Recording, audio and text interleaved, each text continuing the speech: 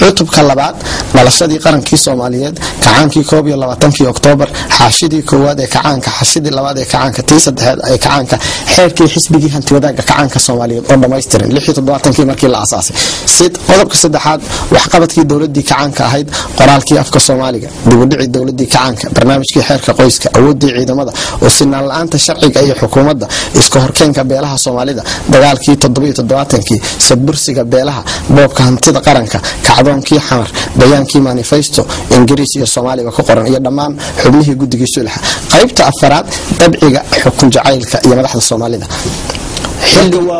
wax badan buu koobaya buugan waxa uu ka hadlaya buugan waxa uu koobaya wax ilaa shan bay ku jirtaa waxaan looga bogan karaa akhriska waxa leedahay in qofka akhriyaha taariikhda Soomaaliya waayahay mid kale oo hadda ka hor aan arkay baa jira oo ay ku qoran tahay intii mas'uuliyiin ee soo martay Soomaaliya mar baan arkay adoo qoray buugaas ku ahaa kaas buugaas wuxuu noqonayaa buugga ugu dambeeya maamuladii iyo madaxdii soo martay Soomaaliya wali daabacaad ma gelin laakiin buuggana ku xiga oo ah mahmaahiyo murti iyo madadaalo ku fogaan maayo isaga laftiisa waxaan si kooban u dhihi lahaa buuggani wuxuu xambaarsan yahay in ka badan 3,000 oo mahmaahiyo ah buuggan yar mahmaahiyo iyo murti iyo madadaalo oo ku dhex jirta oo la daabacay dabayaaqadii sanadkii 2007 mahmaahiyadu waa qayb ka weyn oo kamid ah suugaanta kana kooban tiro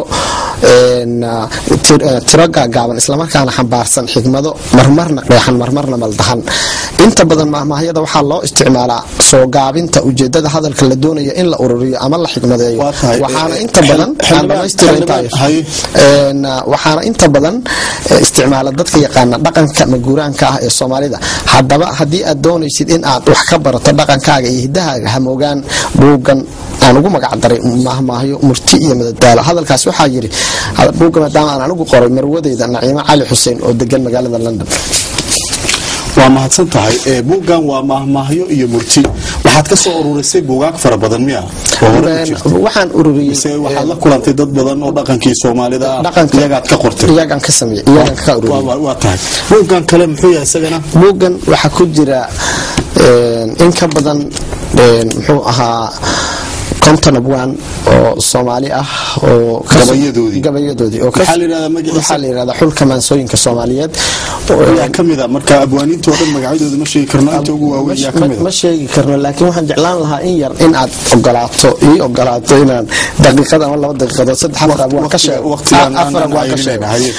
waxa ku jira abwaan Cabdi Maxamed Amiin waxaan jeclaan lahaa inaan isaga sadar ka akhriyo oo ah maantoon wuxuu yiri runtu maalintay dacar tahay beentu malab dooxa danaysigu kolkuu door noqday sharaftu dhiiqowdo dadku maalintuu yaabay samada daymoodo afku hadalka daaye ishu dayma marqilayso dhaguhuna ka daalaan xumaan doqonku haasaawo qof uun baa dabuubtuu jira daawo noqotay kolkaas bay daruur caafimaad qabtaa dib ugu hortaay kolkaasay indhuhu dib u furmaan 7 daboolnay marka adiga maxaa u ururisay maasooyinka waxaan u ururiyay waxaad islahayd waa la iloobayaa abwaaniintii cid wax ka qoraysa ma jirto waxaad arkaysaa wax kasta oo dadka Soomaaliyeed ay lahaayeen xagta la mariyay nasiib darra ku dhacday dalkii Jamhuuriyadda Soomaaliya ujeedadeedu waxay tahay ururinta iyo kaydinta taariikhda iyo suugaanta Soomaalida laakiin buug kala ku qoran oo la yiraahdo sooyaalkii suugaanta Cabdulle Raage Taraawil Cabdulle Raage Taraawil wuxuu kamid ahaa abwaanada waaweyn ee dhulka Jamhuuriyadda Soomaaliya ama Soomaalidu ay degta aadka looga yaqaan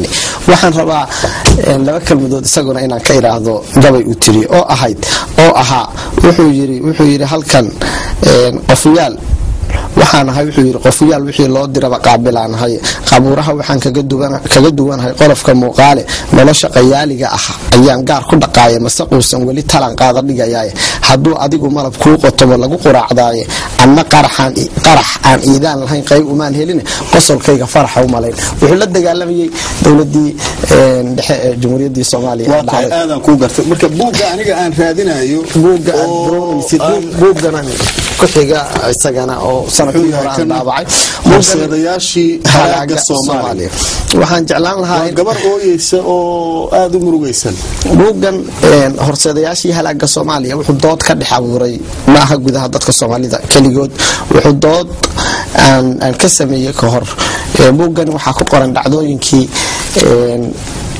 qayb kamid ah dhacdooyinkii xagga taariikhda ee Soomaaliya soo maray kuwii ugu qaraaraa ee Soomaaliya waliba soo maray kuwaas oo aan ugu keydiyay dadka Soomaalida inaanay dib dambe taariikhda Soomaaliya dib u dhicin. xagee ka keentay marka adiga dhacdooyinkan ma u soo joogtay inta badan wixii dhacay mismeela ka ururisay iyo dad badan oo goobjooga la kulantay?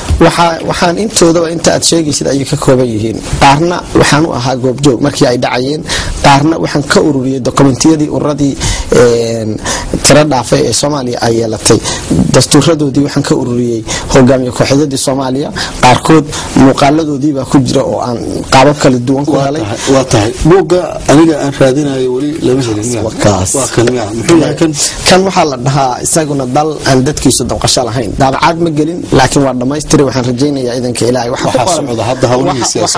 wuu dhammaaday isaguna. waxaa ku qoran dhammaan heshiisyadii shirarkii dib u heshiisiinta ee Soomaalida la isugu keenay, qodobadii ka soo baxay. waxaa ku qoran dhammaan muxuu ahaa sida aad halkaas ka arki kartaan saxiixyadii hogaamiye kooxdadii Soomaaliya soo maray dhammaantood. waxaa ku jira dhammaan hogaamiyaasha xagga dhaqanka ee qabaa'ilka Soomaalida ee ugu dambeeyay shir ay ka qayb galaan iyagoo reera ah, shir ay ka qayb galaan oo lagu qabto magaalada Muqdisho oo ah waxaan ka ururiyay waa documentary. isaguna waxay sheegayaan marka ay saxiixayaan heshiisyada la galay in ay beeliba beesha kale cafisay wixii dhagar ama dhibaato ah ay ka tirsanaysay. haddana dhibaatadii wali waa taagantahay. waa la isku qabsan taariikhda qof walba xusi doon. aniga buugga aan raadinayo wuxuu ahaa maamuladii iyo madaxdii soo martay Soomaaliya. xaguu ka bilowday ilaa xagee yaa ku jira?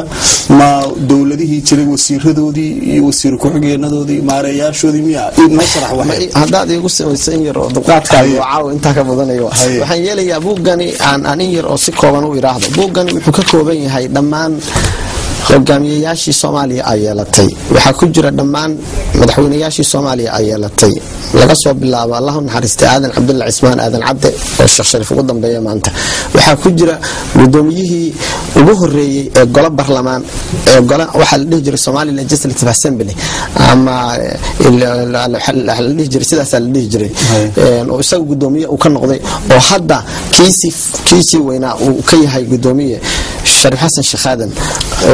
baarlamaanka Soomaaliya gudoomiyaasha bilow ilaa dhammaan ayaa ku jira. madaxweynayaashii bilow ilaa ra'iisul wasaarayaashii Cabdullaahi Ciise ugu horeeya ilaa waxa ugu dambeeya farmaajo. wasiiradii waxaa ku jira 25kii golihii sare ee kacaanka meeshii ay ku dhasheen, inta ka nool maanta iyo inta dhimatay maalintii ay dhinteen. macnaha taariikhdooda muddadii ay shaqaynayeen xilalkii ay Soomaaliya ka qabteen waxaa ku jirta 13kii leegada. nin kasta 13kii leegada ku jirta. nin kasta taariikhdiisii baa ku jirta. waxaa ku jira buuggani waxaad arkaysaan halkaas aad garan kartaan ama aad arkaysaan Maxamed Faarax Hiluule Farmaajo, Cali Xasan Farduur oo ahaa ninkii ugu dambeeyay 13kii leegada naxariistii janna Allah siiyo ee geeriyooda, Beere Xaaji Beere. waxaa ku jira Maxamed Cismaan Baarbe, waxaa ku jira Xaaji Maxamed Xuseen Xaamud, waxaa ku jira wasiir ku-xigeenadii Soomaaliya soo maray oo dhan, agaasimayaashii guud. buuggaasi waa buuggii taxanaha taariikhda Soomaaliya. buugga ay iyagu ku qoran yihiin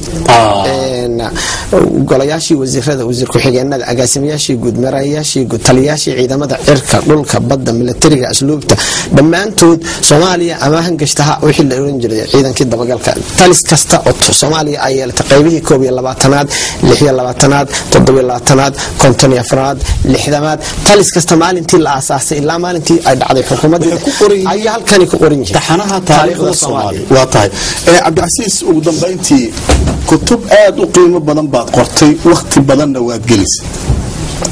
marka xagee laga heli karaa kutubtan? qofkii u baahda caawa dad badan baana daawanaya oo adduunka dacaladiisa jooga. xagee laga helayaa kutubtan? waxaad garanaysaa Cabdulqaadir, anagu mar haddaan aniga oo ku hadlaya magaca qorayaasha Soomaalida uguma jirno dhigaalka iyo kaydinta taariikhda Soomaalida, uguma jirno inaan ganacsi ka samayno. waxaan ugu jirnaa in qayb ka mid ah soo mara ay helaan xagga taariikhda ku saabsan. mid kasta misaal buuggan oo kale waxaan ka daabacay 1200 oo koobi baan ka daabacay. nasiib darro maanta in 10 xabo xitaa kama haysto, laakiin waxaa dhici karta period of 5 sanadood muddo ah inaan buuggii anigu ku haya xaafadda. tirada aan ka bixinayo ee giftiga ama freega ah ama saaxiib ama siyaasi ama nin aan la kulmo aan siinayana tiradoodu ay ka badato 400-500 oo koob waxaa laga heli karaa inta badan xarumaha wax lagu kaydiyo ee ku yaala dalalka reer galbeedka Mareykanka, Canada, Sweden, Finland, United Kingdom, Norway. waxaa laga heli karaa dad qaataa waa jiraan oo Afrika la aaday. waxaa laga heli karaa oo kale xarumo ku yaala ganacsi oo ay dad ama ashqaas gaar ah leeyihiin oo ku yaala Stratham, Shaverbush iyo meelahaas oo kale. waxaa laga heli karaa oo kale qofkii la xiriira website-ka aan anigu leeyahay www.xildhibaanpublications.com ama telefoonkayga la soo xiriirana simbersdad waa helaya copy buuga ama email ii soo dira isna waa helaya. cabdicasiis aad iyo aad baad u mahadsantahay sida wanaagsan ee aad isugu hawshay ururinta taariikhda Soomaaliya. runtii daawadayaal waan filayaa cabdicasiis inuu mudan yahay inaynu ku amaano hawsha wanaagsan ee uu qabtay. waxaa sidoo kale aan u mahad celinaynaa dadkii gacanta ku siiyay cabdicasiis intii uu buugaagta qorayay iyo hawlihii uu waday.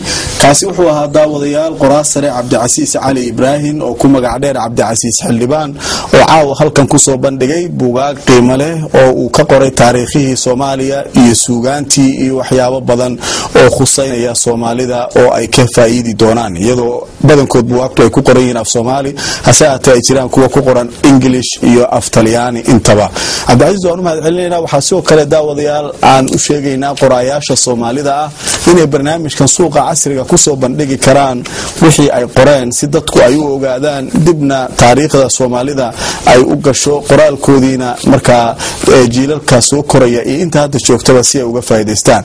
waxay noo soo socda qodobo kale oo xiiso leh oo ku saabsan barnaamijka suuqa casriga.